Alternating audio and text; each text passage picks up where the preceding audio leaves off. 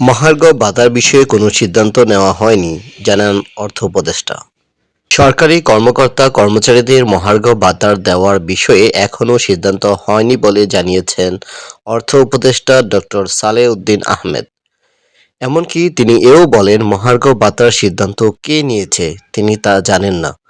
মঙ্গলবার ২৮ জানুয়ারি সচিবালয়ে সরকারি ক্রয় সংক্রান্ত উপদেষ্টা পরিষদ কমিটির বৈঠক শেষে সাংবাদিকদের এক প্রশ্নের জবাবে তিনি এ কথা বলেন।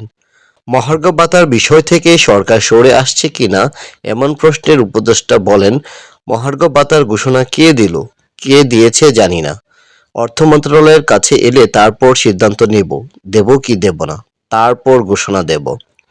এ বিষয়ে অর্থ মন্ত্রণালয়ের কাছে প্রস্তাব গেছে কিনা জানতে চাইলে অর্থ উপদেষ্টা বলেন, আমরা তো এখনো ঘোষণা দেইনি, আমি তো এখনো সিদ্ধান্ত নেইনি। সম্প্রতি 14.5 লাখ সরকারি চাকরিজীবীকে মূল বেতনের সর্বনিম্ন 10% থেকে সর্বোচ্চ 20% হারে মহার্ঘ ভাতা দেওয়ার খসড়া প্রস্তাব করেছিল অর্থ বিভাগ।